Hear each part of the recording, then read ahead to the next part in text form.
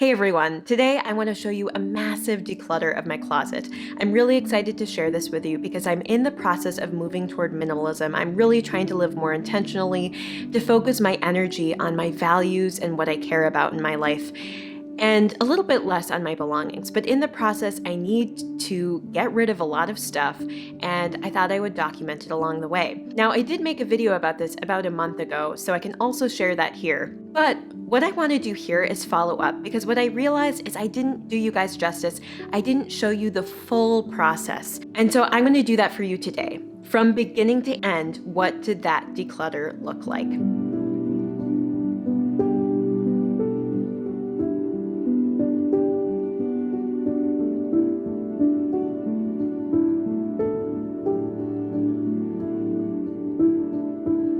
Really quickly though, for those of you who are new to this channel, hi, I'm Aylin, and this is my channel Slice of Light, where I talk about simple living, building an empowering mindset, and photography and videography. If any of those topics interest you, please hit the subscribe button below, and you can also hit the thumbs up button if you end up liking this video. If you do want to see more content like this, doing those things will really help support me, so I'd really appreciate it.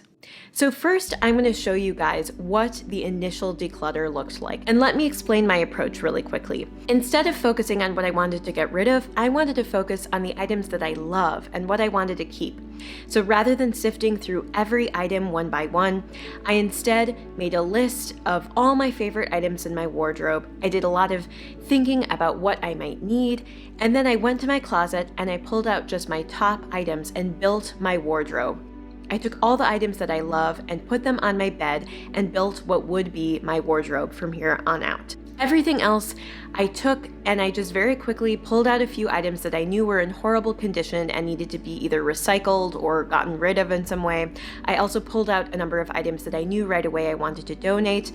But then I took everything else without taking too much of a look at it. I just took everything else and threw it in quarantine bins. Basically, I took those bins and put them in the guest bedroom closet, out of sight, out of mind.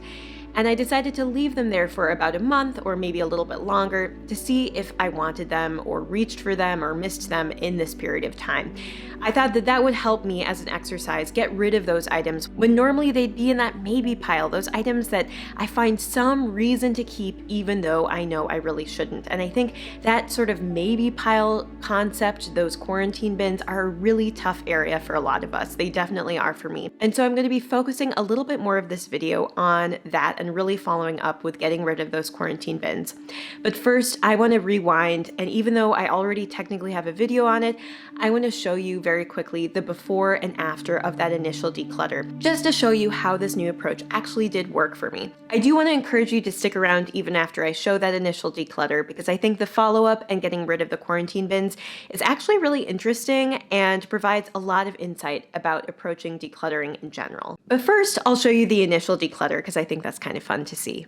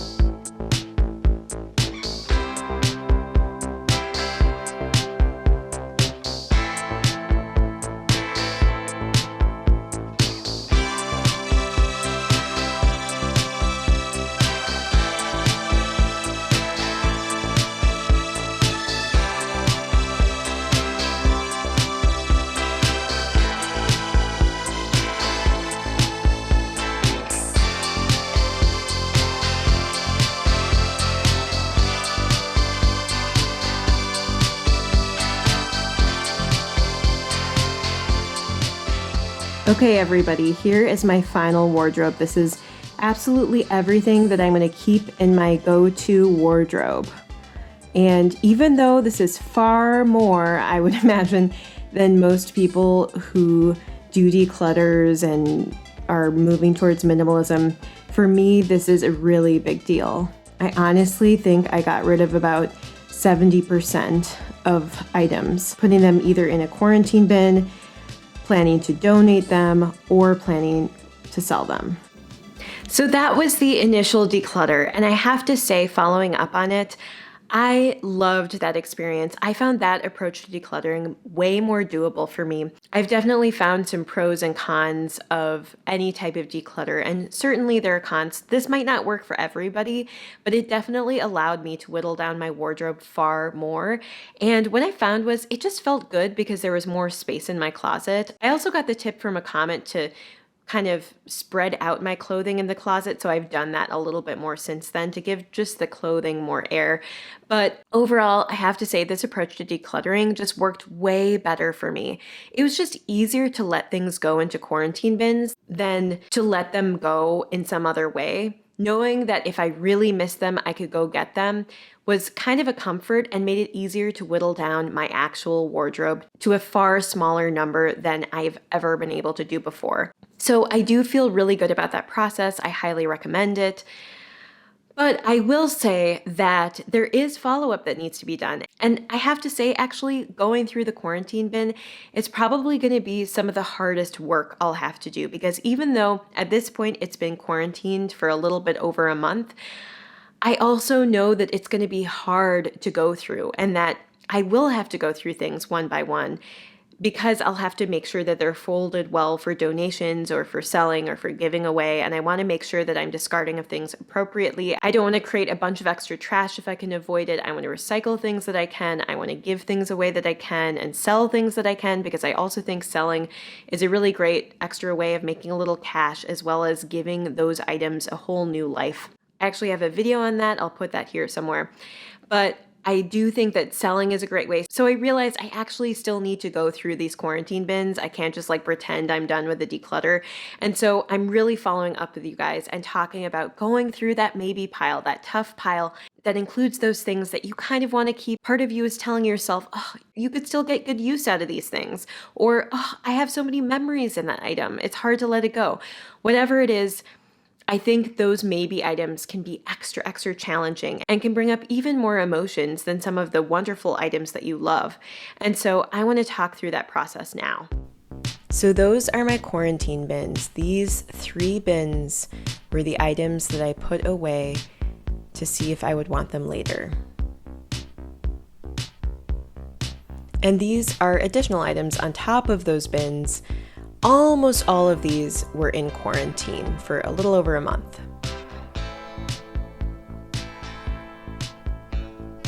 And here I am about midway through my process of decluttering those bins, and it definitely was a job, I can tell you that. It really came down to going through items one by one, refolding them, and doing my best to find the best way to discard of the item.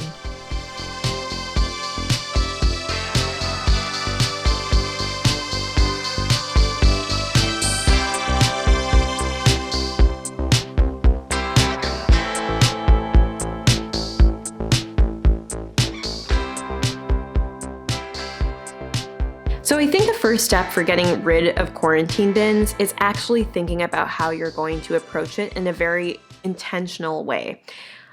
I'm going to be honest, do like I say, not like I do. I honestly went into the quarantine bins not expecting it to be as difficult as it was. And so I didn't do a bunch of preparation. I thought, oh, all I have to do is figure out which way of discarding the item, whether it's giving it away or selling it or recycling it or throwing it away or whatever. Which of those options am I going to do with each item?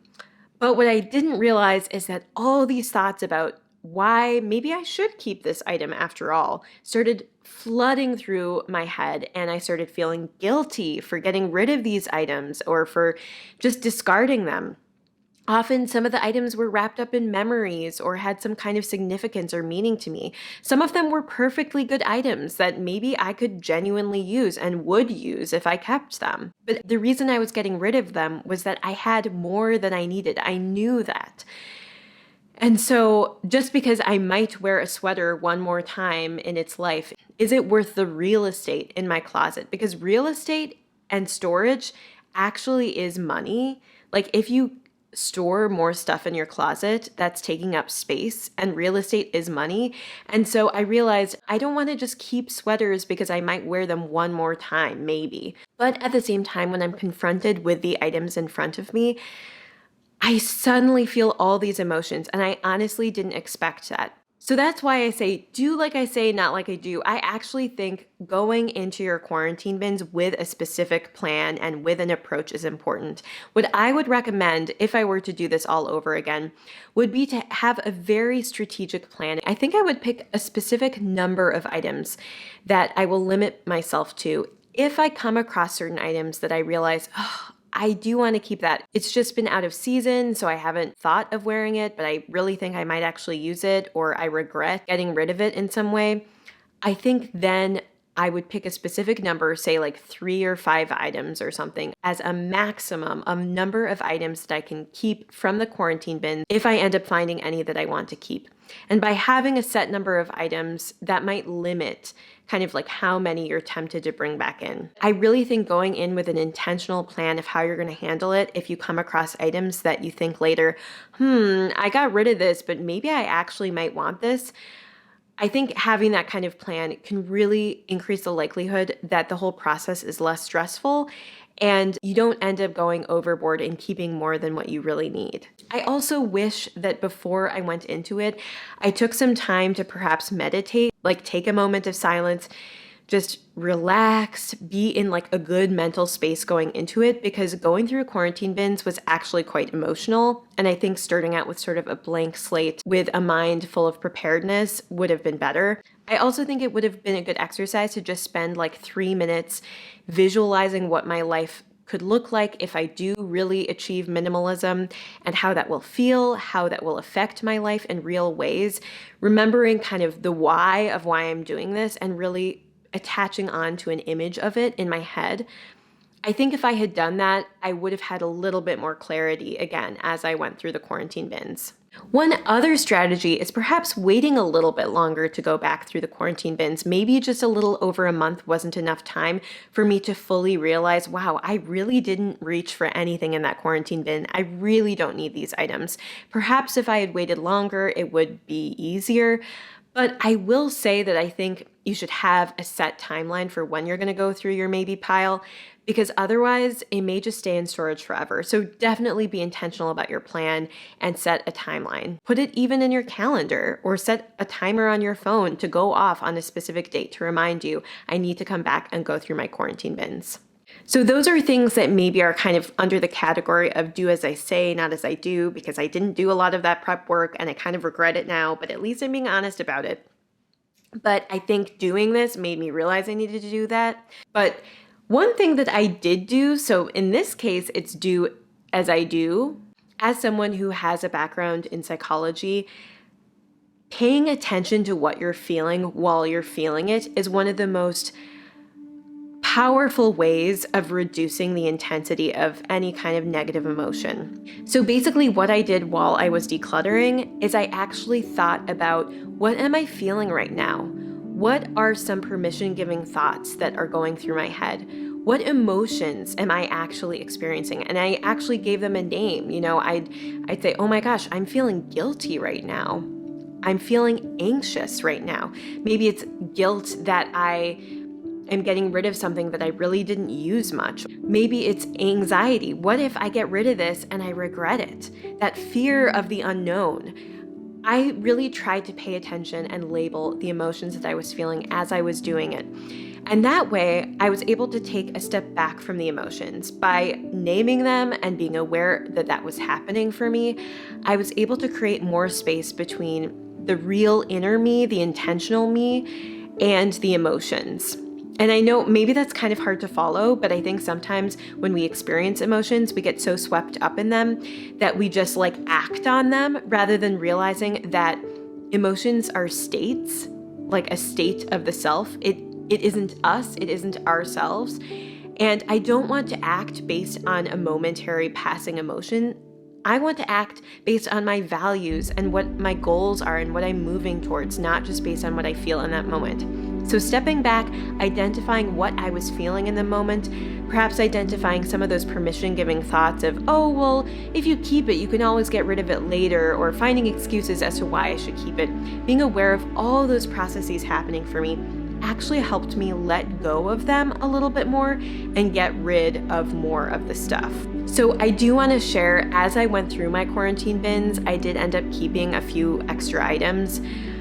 I'm not gonna lie, maybe that's kind of a failure in the process, but given how much I got rid of, I think just like 3 extra items, it's not the end of the world and I can still declutter them. But I do think it kind of taught me the lesson that this part of this style of decluttering, of going through the maybe pile of the quarantine bins, was much harder than I expected. And it actually took some real thought and intentionality to go through.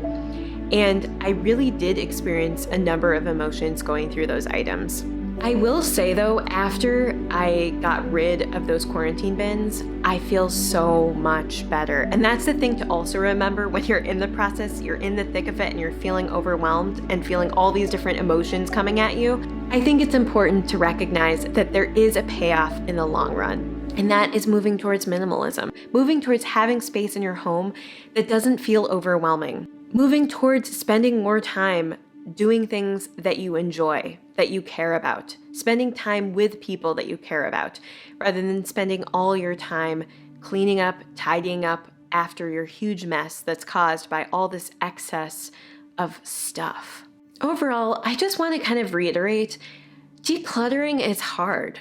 I think people don't talk about that enough because so often the people that are making minimalism YouTube videos are those that are really skilled at decluttering at the point that they're making these videos, and they're so used to it and they already did their major declutter perhaps years ago and they can't quite remember how hard it was. But let me tell you, this was difficult. It was physically taxing. It was mentally taxing, just even planning out the logistics of everything and how I was going to get rid of stuff. It was emotionally taxing. I exerted a lot of effort in this whole process from beginning to end.